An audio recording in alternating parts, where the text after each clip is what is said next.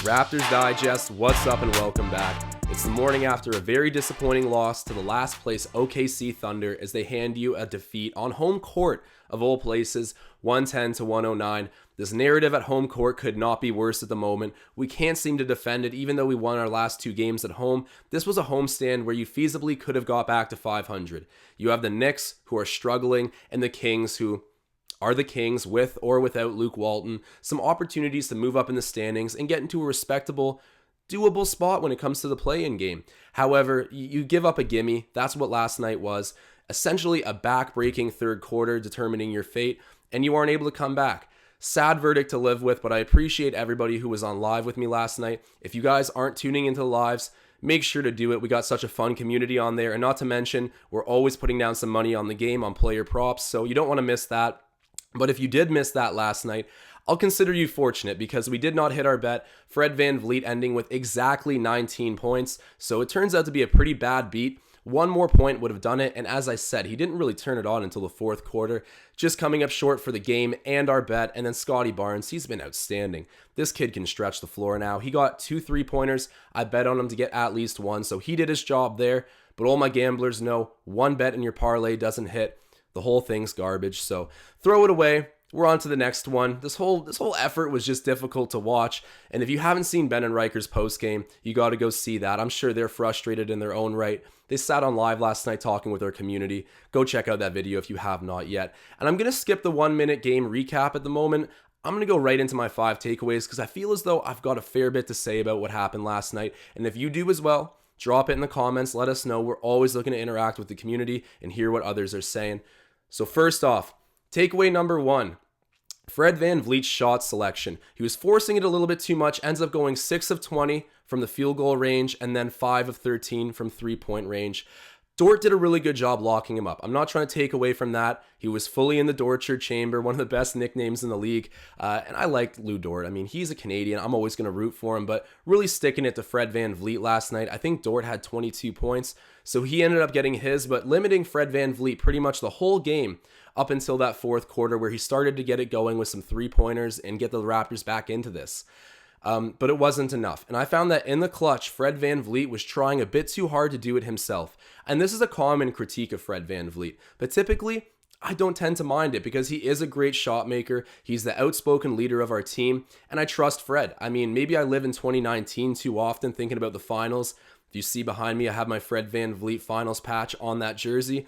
But he was not what we needed to do last night. I would have rather seen Gary Trent Jr. or maybe even Scotty Barnes take the last shot of the game.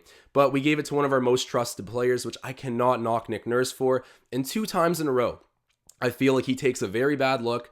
I'll get to why Justin Champagny bailed him out a little bit, but Fred VanVleet's shot selection was a takeaway, unfortunately, for me last night. Looking at it as not so calculated or good, trying to do too much. My second takeaway of the game. Third quarter complete collapse. You're outscored 33-12 in the third. Old habits are dying hard at the moment. And against the last place team in OKC, oh my God, you need to hold on and figure it out. The fourth quarter, yes, we did a good job, but especially when you're at home, to let the third quarter go that crazy out of control, you had no answer for it whatsoever. And I hate to come back to saying OKC's a last place team, but seriously, you're not going out there against all NBA players. Dictate the pace a little bit better. If you lose the quarter, so what? But you lost it astronomically, and it ended up being a little bit too much for you to surmount in the fourth. You got buried right there and then, and I think I speak for all Raptors fans when I say not only has the second half been an issue, but that third quarter especially, it seemed like we rectified the issue for a while, but old habits coming back to die hard last night against OKC. Third takeaway of the game. Siakam in a rhythm, an efficient 23, 11, and 5. So he still committed 2 fouls and had 5 turnovers. Pascal's been a bit of a sloppy player since he's come back, but his feel is looking increasingly better. I have to say, I was knocking him too much for doing the spin moves and essentially needing to break the defense before he can score. Well, Nick Nurse supposedly had a conversation with him where they critiqued and I'd say tweaked his approach to the game a little bit, tried to get him to play more spot up to the basket opposed to spinning around in the paint. They're trying to make him shoot over people more than try to beat them and get fouled. So I love it. Siakam really was in a rhythm. He didn't waste many shots, hit a 3 as well. Overall, Pascal did have a good game. I got to give him his credit, even though I'm branded sometimes as the Pascal hater. He's doing really great.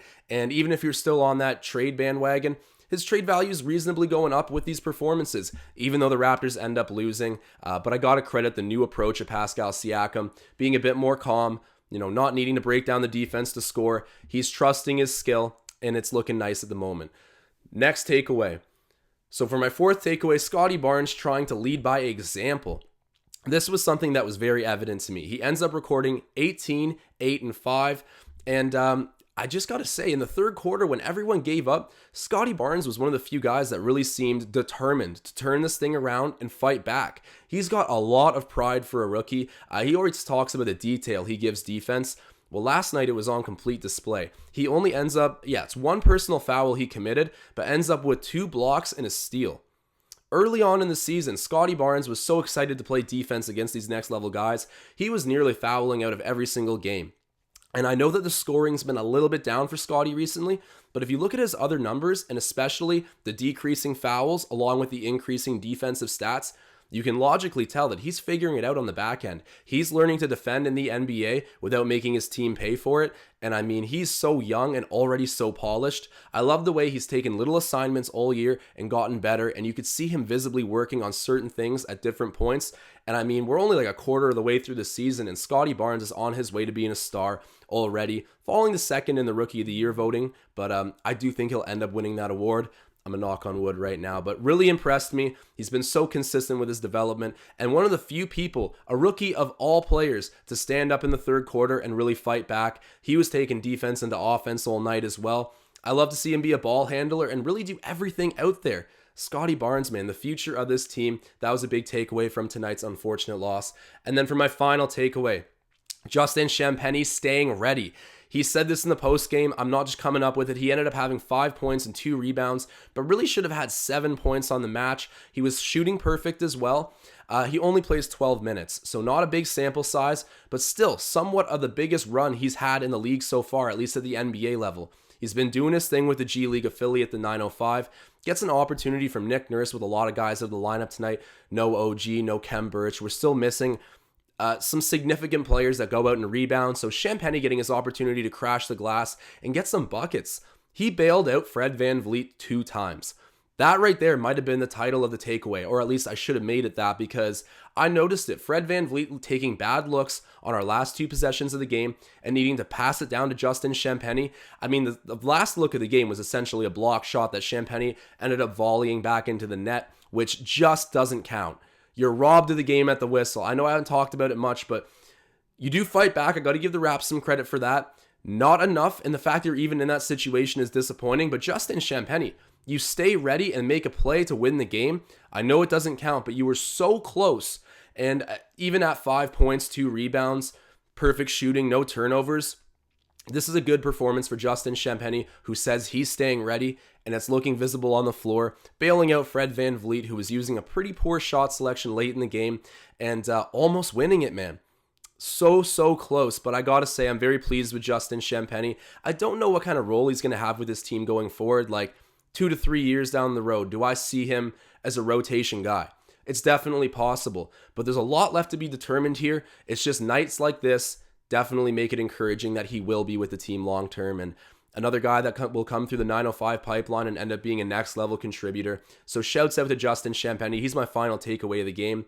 And guys, I know you have a bunch of takeaways of your own, so go ahead and drop them in the comments. I want to hear each and every one of them, and it's been a lot of fun on live stream. I got to remind you guys, if you have not seen Bennett Reicher's postgame, please go check it out. You know that they're going to have some must-see content and breaking down a really exciting game, even though the ultimate verdict was disappointing. Let me know what this means for our Raptors group. I know a lot of people are reading into this as like a measuring stick loss of, okay, if we're collapsing in the third against a team that is just mortgaged completely to the future, right? Like, their roster looks nothing like it will probably 5 years from now, because so many of their draft picks are going to be coming in during that span of time. And I get it. Lou Dort's great.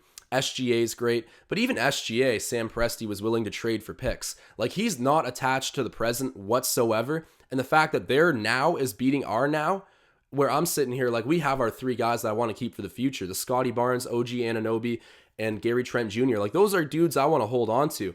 And they're losing to an OKC team that's just counting down days to the lottery. I get it. It'll happen, but the fashion it happened in and on home court when you had an opportunity to get back to 500, very frustrating. But those were my 5 takeaways, guys. I didn't do the full game recap, but I'm basically giving it anyways. So give me your own ideas in the comments. Don't forget to like, comment, and subscribe. You guys are the best, and I'm signing off.